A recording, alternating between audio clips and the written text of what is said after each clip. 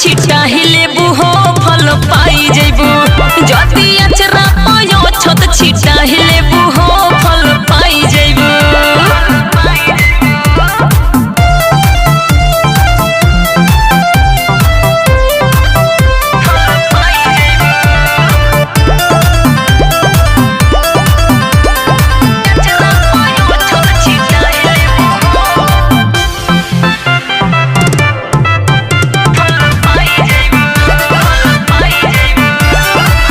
बापे कर तू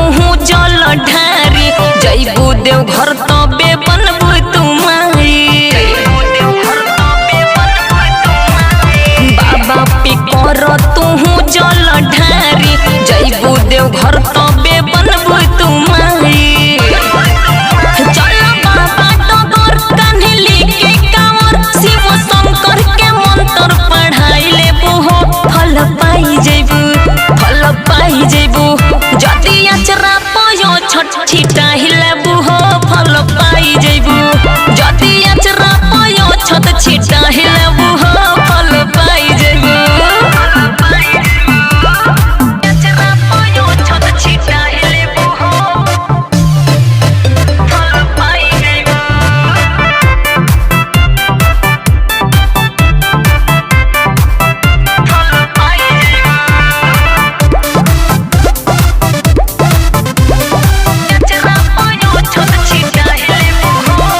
सुनी है बाबा तो हर दुख की कहानी माने लो बात तो से कहीं सुहानी अरे समझल कर बातें क्या सुनी है बाबा तो हर दुख की कहानी मान ली है बात तो से कहीं सुहानी जाई राइटर आनंद पिया शिव के संग वैजा सरर में माथा ठेकाई लेबू हो फल पाई जेबू फल पाई जेबू जदी अचरा पायो छठ छिटा